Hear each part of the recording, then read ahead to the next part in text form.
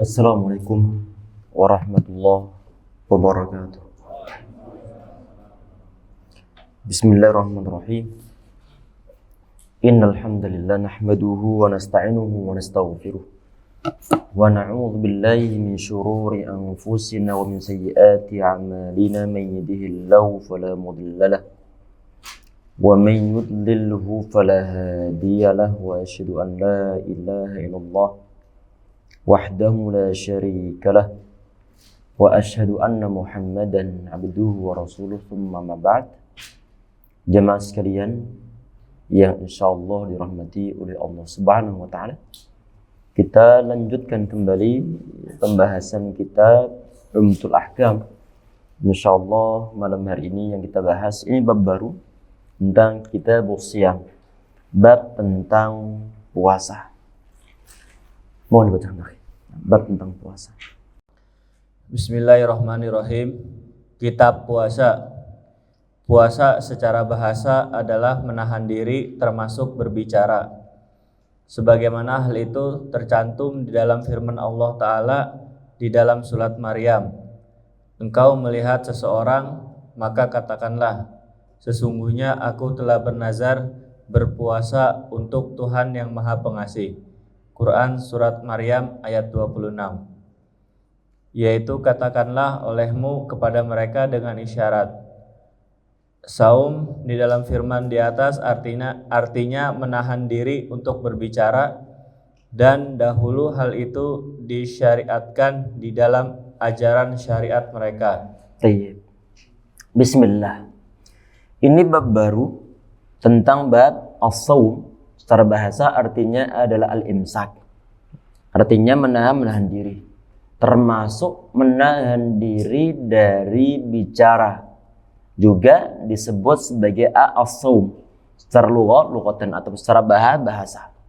Sebagian firman Allah Subhanahu wa taala di saat dia bercerita tentang Maryam alaihissalam salam, yang mana beliau adalah seorang ahli ibadah di zamannya. Ibunda dari Nabi Isa alaihi salam. Beliau menyendiri untuk beribadah kepada Allah Subhanahu wa taala. Idin tabadat min ahliha makanan syarqiyyah. Kata Allah Subhanahu wa taala. Di saat dia beribadah, ini sekedar untuk memberikan suatu pendahuluan tentang ayat-ayat ini. Di saat beliau sedang beribadah, kemudian malaikat Jibril menampakkan dirinya. Sebagaimana manusia biasa, fatamatsala laha basyaran sawiyah.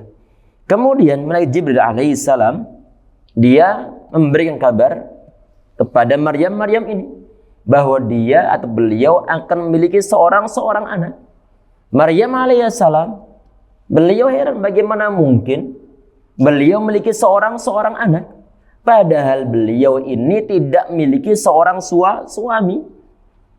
Kemudian dibilang bahwa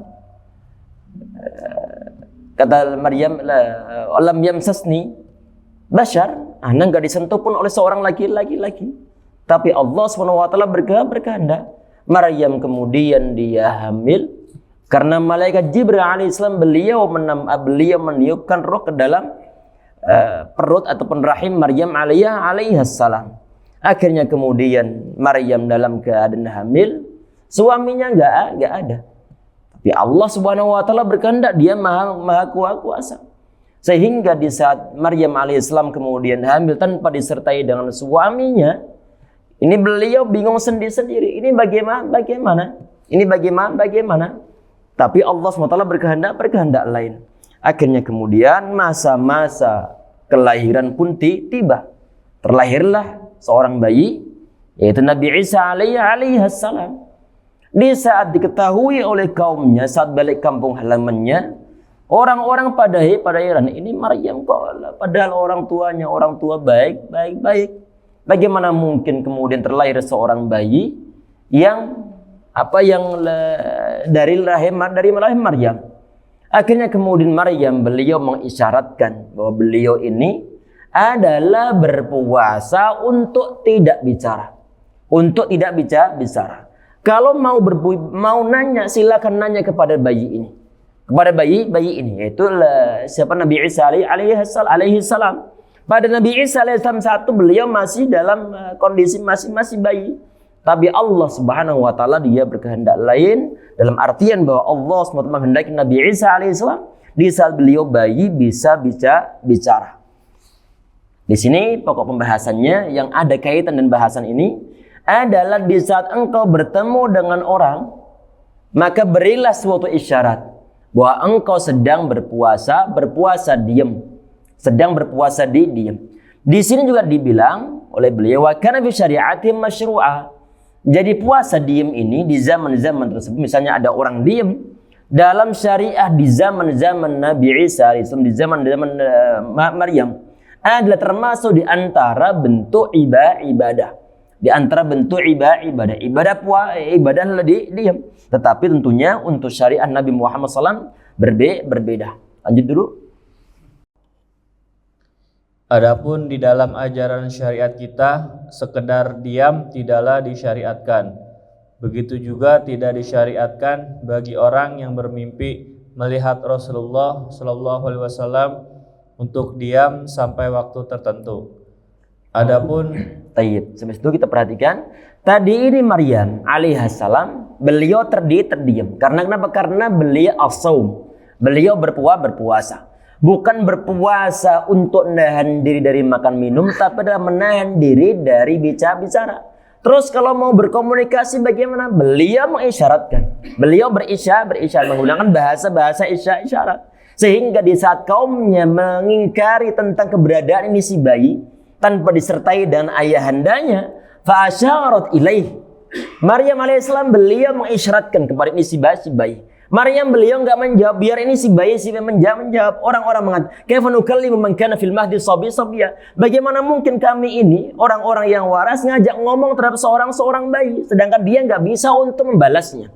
Ini adalah manusia pada umumnya. Tapi kemudian Nabi Isa alaihissalam di masih bayi, beliau mengatakan, "Inni Abdullahi ataniyal kitab wa ja'alani nabiyya." Kata beliau, sungguhnya diriku adalah hamba Allah, aku diberi kitab oleh Allah SWT, wa ja'alani nabiyya, dan aku dijadikan oleh Allah Subhanahu wa taala sebagai seorang nabi. Pengakuan Nabi Isa alaihissalam, beliau adalah Abdullah, adalah hamba Allah. Intinya tadi ini bahwa Maryam alaihissalam beliau tidak berbicara karena beliau sedang beribadah. Berupa apa? Berupa imsak anil kalam. Berupa menahan diri untuk tidak bicara. Puasa bisu. Sehingga sebagai suatu ganti untuk berkomunikasi adalah menggunakan bahasa isyarat. Tayyib. Berarti beda syariah yang ada di zaman Bani Israel, khususnya di zaman Maryam alaihissalam, dengan zaman Nabi Muhammad SAW. Untuk sekedar diam saja orang membisu, nggak mau bicara, tidak dianggap sebagai bentuk ibadah dalam syariah agama Islam. Beda dengan yang ada di zaman Maryam alaihissalam. Berbeda. Berarti dimungkinkan antara satu nabi atau antara satu rasul dengan rasul yang lainnya ada sisi perbedaan yang berupa apa? Syariat, menyangkut masalah hukum-hukum fikih. Tetapi untuk yang menyangkut masalah tauhid, semua mereka sepakat, ubudullah wa la tusyriku bihi syai'ah. Sepakat tentang perintah kepada kaumnya untuk menyembah Allah dan jangan nyekutukan Allah Subhanahu wa taala dengan sesuatu apapun juga. Tetapi untuk masalah hukum-hukum syariah pada umumnya, hukum fiqih, hukum muamalah dimungkinkan berbeda, termasuk di antaranya adalah yang ada dalam poin-poin ini. Kalau dalam syariah agama Nabi Muhammad SAW tentunya sekedar diam, misalnya Anda terdiam saat ini, maka enggak dibilang ibadah, kecuali ada faktor eksternal yang berupa apa? Ente ini kalau ngomong ngaco, ente kalau ngomong ini ke perkataan-perkataan yang kotor terucapkan. Sehingga bagaimana? Sehingga masuk dalam kategori man kana min billahi wal yaumil akhir falyaqul khairan aw liyasmut. Orang yang beriman kepada Allah ataupun hari akhir, maka hendaklah dia itu ngomong baik ataupun dia diam. Cuman itu saja dalam hal itu. Sedangkan untuk diam secara umumnya maka tidak dianggap sebagai suatu bentuk ibadah, berarti beda dengan syariah yang ada di zaman Maryam alaihissalam. Lanjut. Sebentar, tadi ini berkaitan pula apa tadi? Tidak disyariatkan bagi orang yang mimpi melihat Nabi Muhammad SAW. Kemudian disuruh untuk diam dalam beberapa waktu tertentu. Ini pun gak ada suatu syariahnya. Kalau bermimpi bertemu dengan Nabi Muhammad SAW, maka alhamdulillah. Dan tidak ada suatu syariat harus terdiam. Dalam artian bahwa habis bertemu mimpi, kemudian hari berikutnya harus puasa untuk nggak boleh ngomong. Ini nggak ada suatu syariat sama sekali. Adapun apa yang beredar di lisan-lisan orang awam berkenaan dengan hal tersebut tidak dapat dijadikan sandaran sedikit pun. Bahkan itu termasuk bagian dari kurofat mereka. Iya, ada sebagian di antara doktrin yang mungkin tersebar di kalangan kaum muslimin. Karena suatu amalan tertentu sebagian di antara mereka misalnya berpuasa untuk nggak boleh ngomong selama 40 hari. Selama 40 hari. Ataupun sekian hari. Yang semacam ini tidak ada syariahnya. Nggak ada syariahnya. Sehingga bisa diikuti, maka ini bermasalah dari sisi penerapan syariah. Naudzubillah. Ada unsur khurafat, ada unsur bid'ah di sana. Lanjut. Puasa secara syariat adalah menahan diri dari hal-hal yang dikhususkan, yaitu perkara-perkara yang dapat membatalkan puasa seperti makan, minum, bersenggama, dan hal-hal yang mengiringinya di waktu yang dikhususkan, yaitu dari terbitnya fajar shadiq sampai tenggelamnya matahari.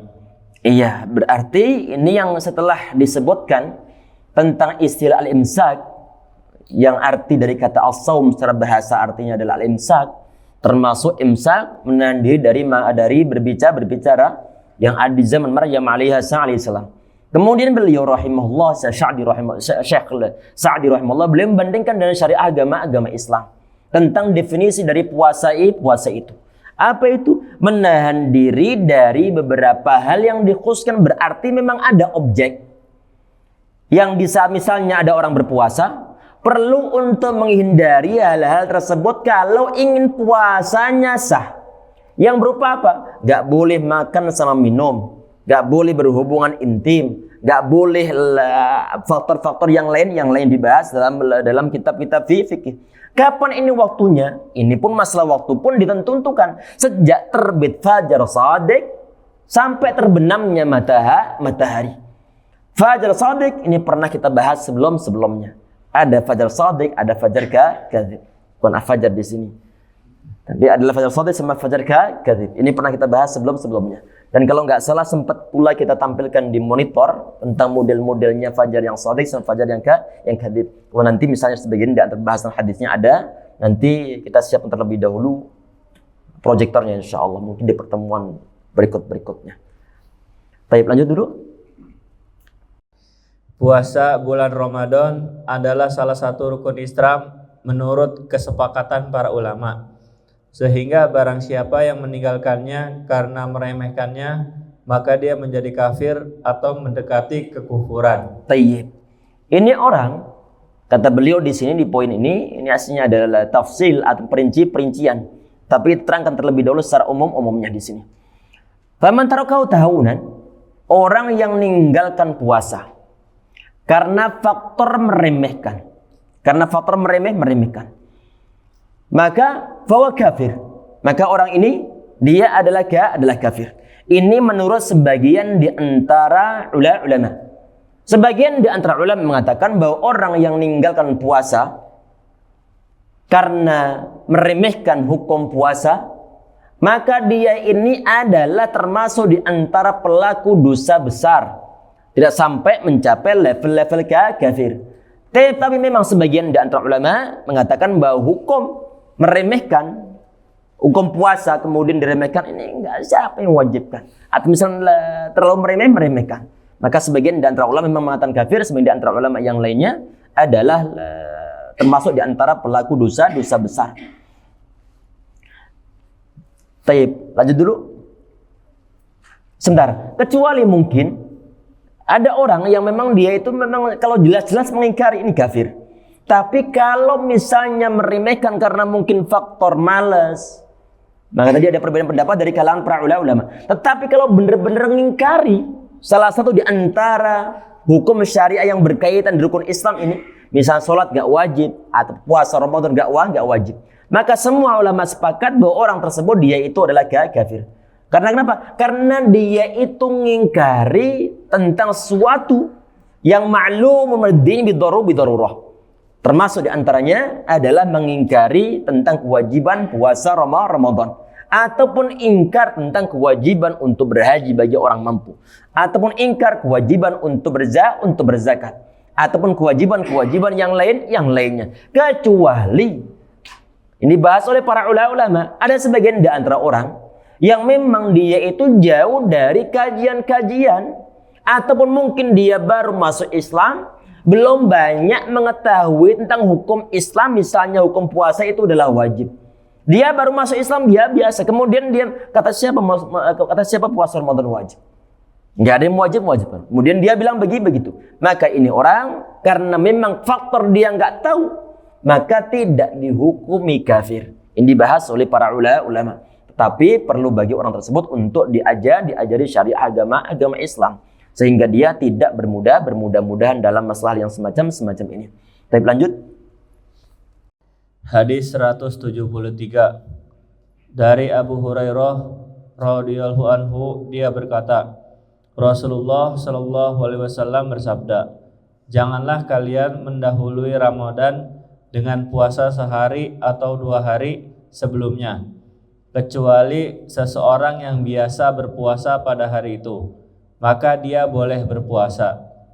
Syarah hadis. Baik, kita perhatikan dulu.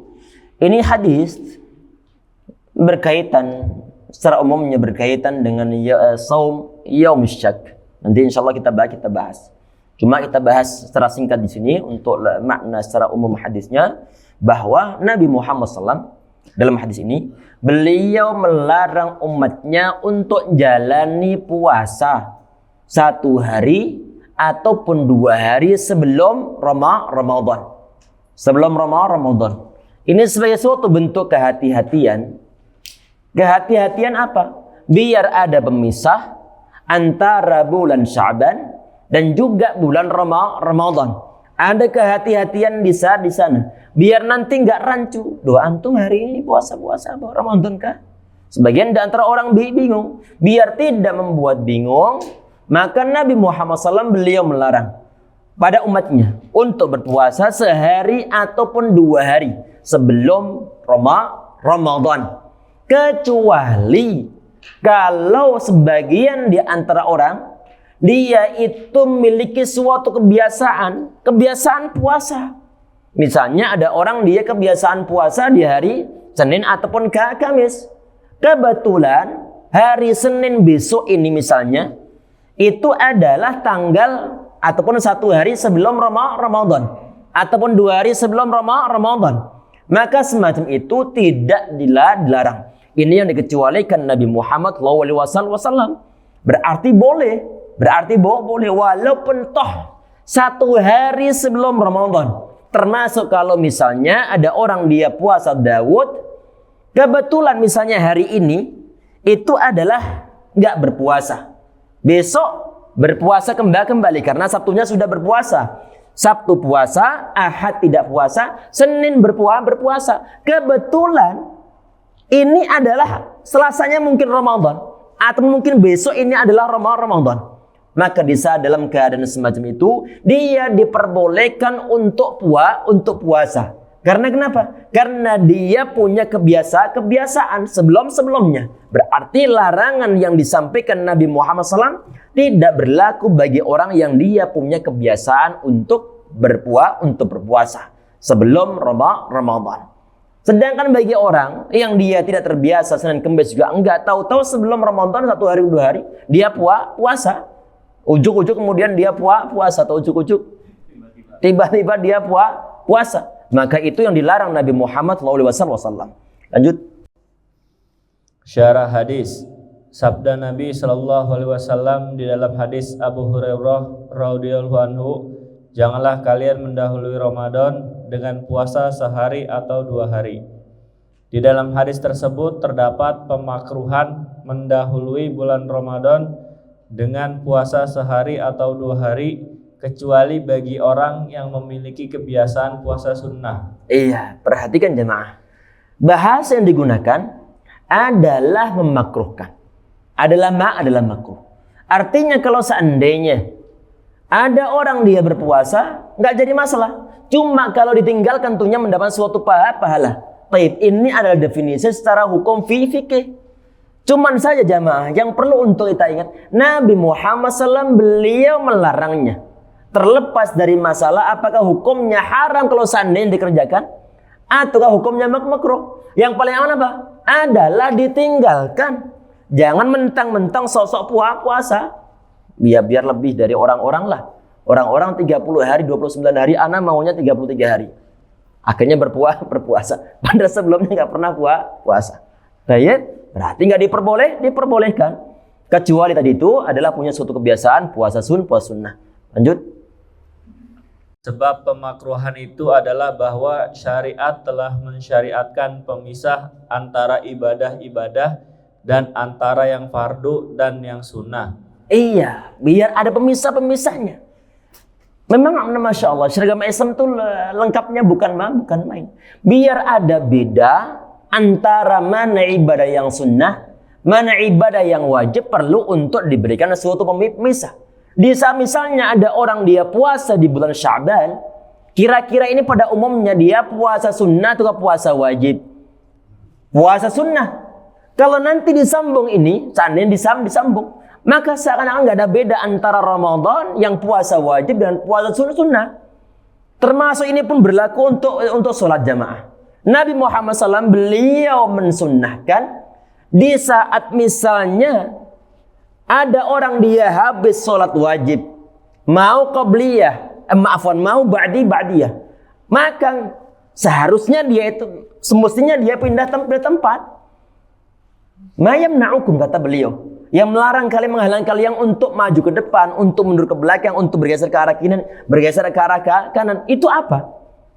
Biar terbedakan mana yang ibadah yang wajib sama ibadah yang sunnah. Biar tahu nanti bahwa kita tidak sedang sholat wajib kalau kita itu sudah bergeser ke tempat yang lainnya. Di samping itu pula memperbanyak tempat-tempat untuk beribadah kepada Allah yang diharapkan bahwa nanti tempat tersebut akan menjadi saksi nanti pada hari kiamat.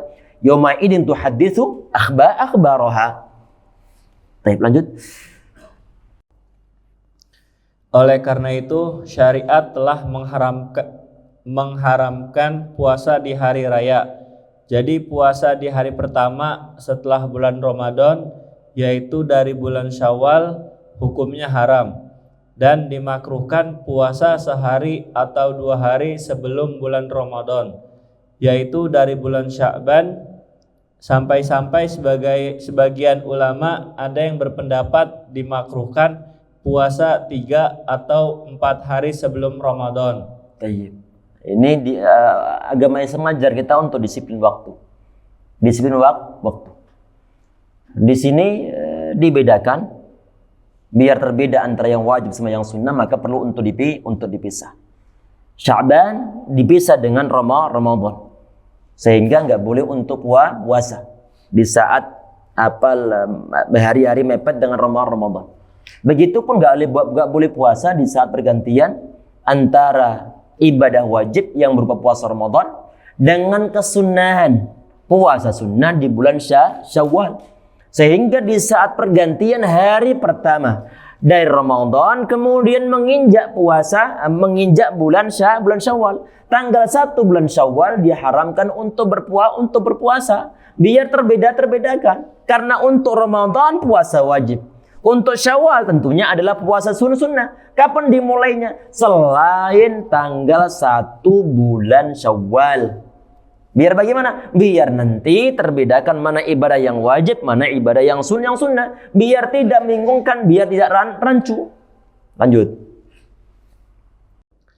Sabda beliau sallallahu alaihi wasallam, kecuali seseorang yang biasa berpuasa pada hari itu, maka dia boleh berpuasa.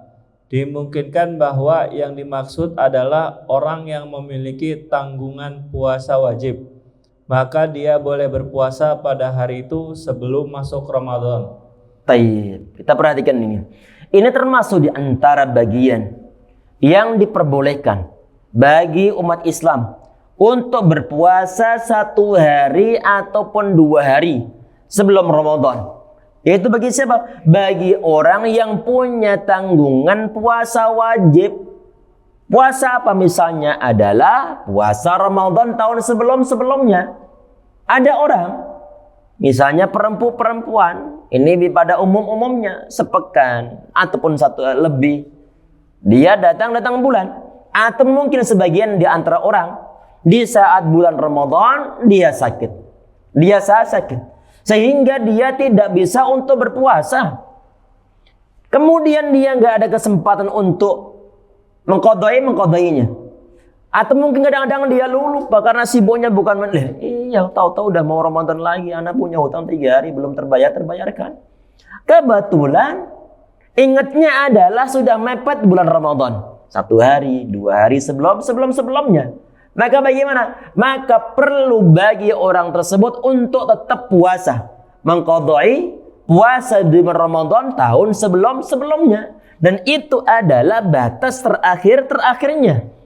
Berarti sebelum masuk Ramadan berikutnya, maka hutang-hutang puasa tahun Ramadan sebelumnya harus terbayarkan semuanya. Dan ini pun yang dipraktikkan oleh Aisyah radhiyallahu anha. Kata beliau, kana yakunu aliyya shaumin Ramadan. Kata beliau, dulu ana memiliki hutang puasa di bulan Ramadan. Ana nggak bisa untuk mengqadanya kecuali di bulan Sya'ban. Kecuali di bulan Sya'ban. Maka bagaimana? Maka akhirnya kemudian beliau mengqadha di bulan Sya'ban.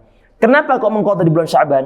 Karena tentunya beliau terikat dengan adanya ngurus Nabi Muhammad SAW, berkhidmah sama suami Aisyah radhiyallahu yaitu Nabi Muhammad SAW. Sehingga bisanya di bulan Sya'ban, maka terakhir itu bulan Sya'ban adalah sebagai suatu batasan orang untuk bisa mengqadha puasanya.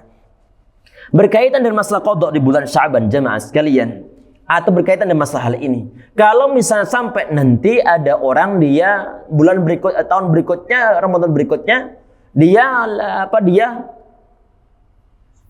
belum membayarnya, belum mengqadhanya. Maka bagaimana? Di sini ada 2 keadaan. Ada 2 keadaan. Yang pertama adalah ada orang dia tidak bisa mengqadha bulan Ramadan, puasa bulan Ramadan adalah karena faktor uzur. Apa uzurnya? Ada orang sakit tahun-tahunan atau sampai setahun. Puasa tahun kemarin belum terbayarkan 1 bulan penuh. Sudah mau datang bulan Ramadan tahun berikutnya. Bahkan sampai kemudian melebihi bulan Ramadan tahun berikutnya. Maka dalam keadaan tersebut, orang ini hanya berkewajiban untuk mengqadha puasanya dan dia itu tidak berdosa. Tidak berdosa. Karena kenapa? Karena memang dia ada umur yang syar'i, nggak bisa untuk puasa. Keadaan dia di Ramadan sebelumnya sama dengan Ramadan tahun saat ini. Nggak ada perbedaan sama sekali. Di saat dia maksa-maksakan diri untuk puasa, mungkin sakitnya kian parah. Maka dalam keadaan begitu, di saat dia sudah sehat, maka dia hanya berkewajiban untuk mengqadha puasanya dan dia tidak berdosa. Dan ini adalah termasuk di antara kesepakatan para ulama. Sedangkan yang kedua adalah kalau tanpa uzur. Kalau tanpa uzur, orang-orang di saat dia punya hutang puasa, aslinya dia mampu untuk mengqadha di bulan Zulhijjah, di bulan ataupun mungkin di bulan Muharram, di bulan Rabiul Awal, bulan Sya'ban, bulan Rajab, dia bisa untuk mengqadhanya. Tetapi dia nggak mau untuk mengqadhanya karena mungkin di antara alasannya nanti dulu. Atau mungkin alasannya halah ringan mah ini nanti aja. Ada berbagai alasan yang ada. Tahu-tahu kemudian masuk Ramadan tahun berikutnya. Maka semua ulama sepakat mengatakan bahwa orang ini dia berdosa. Karena telah mengakhirkan mengqadha puasanya. Ada kesepakatan ulama bahwa orang ini adalah berdosa. Cuman saja ada perbedaan dari kalangan para ulama. Apakah orang ini wajib hukumnya untuk memberikan fakir miskin 1 mud? Ini ada beda pendapat dari kalangan para ulama.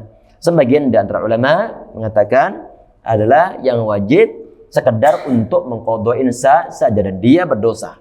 Sebagian di antara ulama yang lain termasuk dalam madzhab Syafi'i rahimahullah, Malik rahimahullah, dan sebagian di antara ulama yang lainnya adalah disertai dengan ngasih makan fakir miskin, dan itu bentuk di antara konsekuensi di saat dia mengakhirkan, biar nanti tidak diulang kembali. Karena di antara dalil yang digunakan adalah karena berdasarkan apa yang diamalkan oleh sahabat Ibnu Abbas radhiyallahu anhu.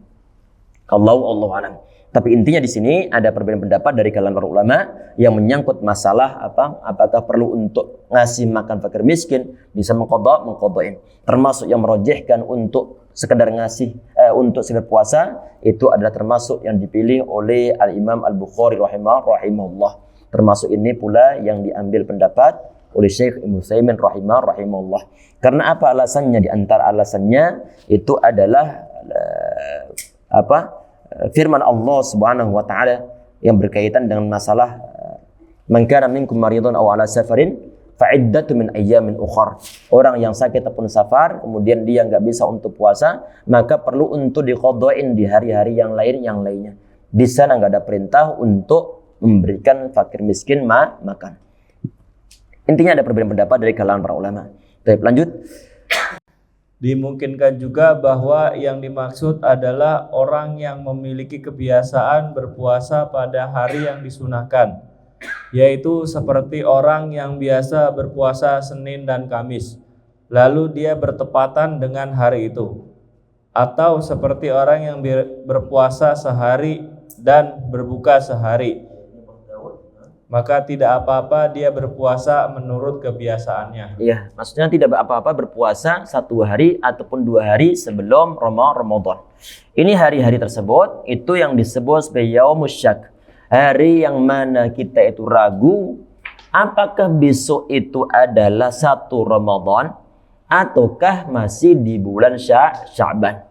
Sehingga biar ada pemisahnya, kehati-hatiannya, Nabi Muhammad SAW beliau mensyariatkan tidak diperbolehkan berpuasa di hari syak. Di hari syak. Ada sebagian di antara hadisnya hadis yang sahih, termasuk disahihkan oleh Syekh Al-Albani rahimahullah. Ini berdasarkan riwayat dari Imam Muwajjir rahimahullah. Nabi Muhammad sallallahu alaihi wasallam, sebagian di antara sahabat, ini hadis-hadis yang sahih. Sebagian di antara sahabat mereka mengatakan man shama al-yawm alladhi yashukku fi faqad asa Abul Qasim. Orang yang berpuasa di hari dia ragu dalamnya, maksudnya adalah apakah besok itu Ramadan ataukah saat masih akhir Sya'ban. Kalau ada orang berpuasa di sana, maka dia itu telah bermaksiat terhadap Abul Qasim. Siapa ini? Adalah Nabi Muhammad SAW. Sehingga ini hadisnya hadis yang sahih, termasuk disahihkan oleh Syekh Al-Albani rahimahullah. Walaupun ini adalah perkataan salah seorang di antara sahabat Ammar bin Yasir radhiyallahu anhu, tetapi dihukumi sebagai hadis yang marfu'. Karena kenapa? Karena para sahabat mereka itu tidak akan ngarang-ngarang suatu pernyataan yang berkaitan dengan masa suatu hukum. Sehingga ini di antara penguat yang dijadikan dalil oleh para ulama tentang tidak diperbolehkannya puasa di hari syak kecuali karena sudah terbiasa puasa-puasa di hari-hari sebelumnya. Mungkin Senin Kamisnya atau mungkin puasa Daud. Nah, lanjut. Hadis 174 dari Abdullah bin Umar radhiyallahu anhuma, dia berkata, aku telah mendengar Rasulullah sallallahu alaihi wasallam bersabda, apabila kalian melihatnya hilal Ramadan, maka puasalah kalian, dan apabila kalian melihatnya hilal Syawal, maka berbukalah kalian untuk berhari raya. Jika mendung menaungi kalian, maka genapkanlah bilangan bulannya. Syarah hadis. Baik, sebentar. Kita perhatiin di sini. Inti dari hadis ini adalah Nabi Muhammad SAW beliau memberikan suatu batasan tentang kapan mulai puasa, kapan mulai untuk berhari raya. Ini Nabi Muhammad SAW beliau memberikan suatu batasan di sini, yaitu dengan sistem melihat hilal. Di saat malam tanggal 1 ataupun di hari-hari akhir bulan Sya'ban, Misalnya tanggal 29 bulan Sya'ban. Maka inilah waktu-waktu ditetapkannya ataupun dilakukan sidang isbat untuk orang Indonesia. Baik. Gunanya untuk apa? Untuk menetapkan apakah besok ini sudah masuk tanggal 1 Ramadan ataukah tidak. Berarti untuk sidang isbat dilaksanakan di tanggal 29 malamnya. Hari ini adalah tanggal 29 Sya'ban.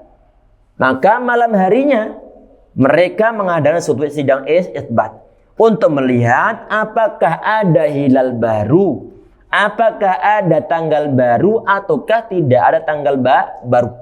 Di saat misalnya kelihatan ada sekian derajat, kelihatan sangat jelas. Maka kalau sangat jelas kelihatannya, maka dihukumi bahwa besok itu adalah waktu puasa Ramadan. Di saat nggak kelihatan karena mungkin faktor tertutup hujan atau tertutup mendung ataupun mungkin lagi hujan sehingga nggak kelihatan, maka bagaimana Nabi Muhammad SAW? Fa in ghumma 'alaikum faqdurulah.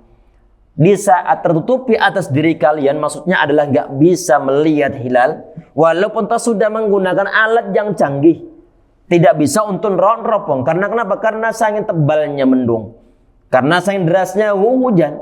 Maka bagaimana? Faqdurulah. Maka kalian perkirakan hitungan Sya'ban, dihitung 30 hari. Sebagian di antara riwayat adalah fa'milu iddat Sya'ban 30 yaumah. Kalian sempurnakanlah bilangan bulan Sya'ban 30 hari. Berarti bagaimana? Berarti besok itu bukan satu Ramadan. Kapan satu Ramadannya? Adalah lusanya. Lusa-lusanya. Apakah itu pasti nanti tanggal 1 Ramadan adalah lusanya? Iya. Karena kenapa? Karena hitungan bulan Hijriah dalam hitungan agama Islam itu adalah tidak pernah melebihi 30 hari. Karena Nabi Muhammad SAW beliau mengatakan bahwa bulan itu adalah begini. Sebanyak 3 kali berapa ini? Ini 10 lagi. Berarti 30. Kemudian untuk bilangan yang kedua, beliau begini 2 kali sama begini. Ada 9. Berarti bulan Hijriah kalau tidak 29 hari, ya 30 hari. Nggak pernah melebihi itu dan tidak pernah kurang dari itu. Beda dengan hitungan Masehi yang ada 28 hari di bulan apa? Bulan Februari, ada yang 31 hari bergantian. Ada yang 30 hari. Tapi untuk bulan Qamariyah ataupun bulan Hijriyah, hitungan Hijriyah, ini nggak ada melebihi 30 hari. Sehingga kalau bulan Sya'ban sudah dihitung 30 hari, nggak akan ada kemungkinan jangan-jangan Ramadan ini tanggal 32. Nggak ada. Nggak yang melebihi itu nggak ada. Berarti kalau sudah 30 hari disempurnakan, misalnya besok adalah 30 hari bulan Sya'ban, otomatis berikutnya itu ada tanggal 1 bulan Ramadan. Di saat sudah kelihatan hilalnya, maka besok puasa. Begitupun untuk penghitungan Syawal. Di saat tanggal 29 bulan Ramadan, malam harinya sedang isbat. Isbat untuk menentukan apakah besok ini tanggal 1 Syawal, lebaran ataukah lusanya. Di saat kelihatan hilalnya, maka besok Ramadan. Silahkan untuk takbiran. Tapi kalau seandainya nggak kelihatan karena faktor hujan, maka lusanya baru kemudian tanggal 1 Syawalnya. Ya nambah puasa lagi. Padahal sudah berharap besok ini mau lebaran, nggak jadi lebaran. Berubah jadwalnya. Jadwal mau pulang kampung. Baik, lanjut. Syarah hadis. Sabda beliau sallallahu alaihi wasallam di dalam hadis Ibnu Umar radhiyallahu anhuma, apabila kalian melihatnya hilal Ramadan, maka puasalah kalian. Dan apabila kalian melihatnya hilal Syawal. Di dalam hadis tersebut di atas berarti penentuan Ramadan ditentukan oleh ru'yah. Nah, ini adalah yang paling utama.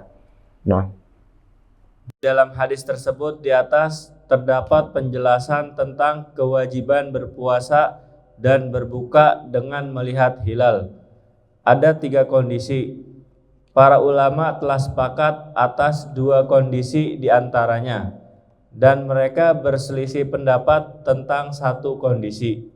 Kondisi pertama, mereka sepakat bahwa puasa diwajibkan apabila bulan Ramadan telah ditetapkan dengan melihat hilal. Taib. Ini ada yang disepakati para ulama. Ada 2 nanti, ada 3 keadaan. Yang 2 ini disepakati oleh para ulama, yang 1 ada perbedaan pendapat. Yang pertama yang disepakati adalah hilal terlihat wajib puasa. Terlihat wajib puasa. Ini sepakati. Taib. Akan tetapi mereka berselisih pendapat kapankah bulan Ramadan itu dapat ditetapkan dengan melihat hilal. Mazhab Ahmad rahimahullah. Taib, sampai di situ dulu mungkin. Nanti habis Isya Anda langsung jalan insyaallah. Sehingga untuk tanya jawabnya ini sudah berada di akhir-akhir waktu. Kita buka saat ini tanya jawabnya. Hayya 'alal falah.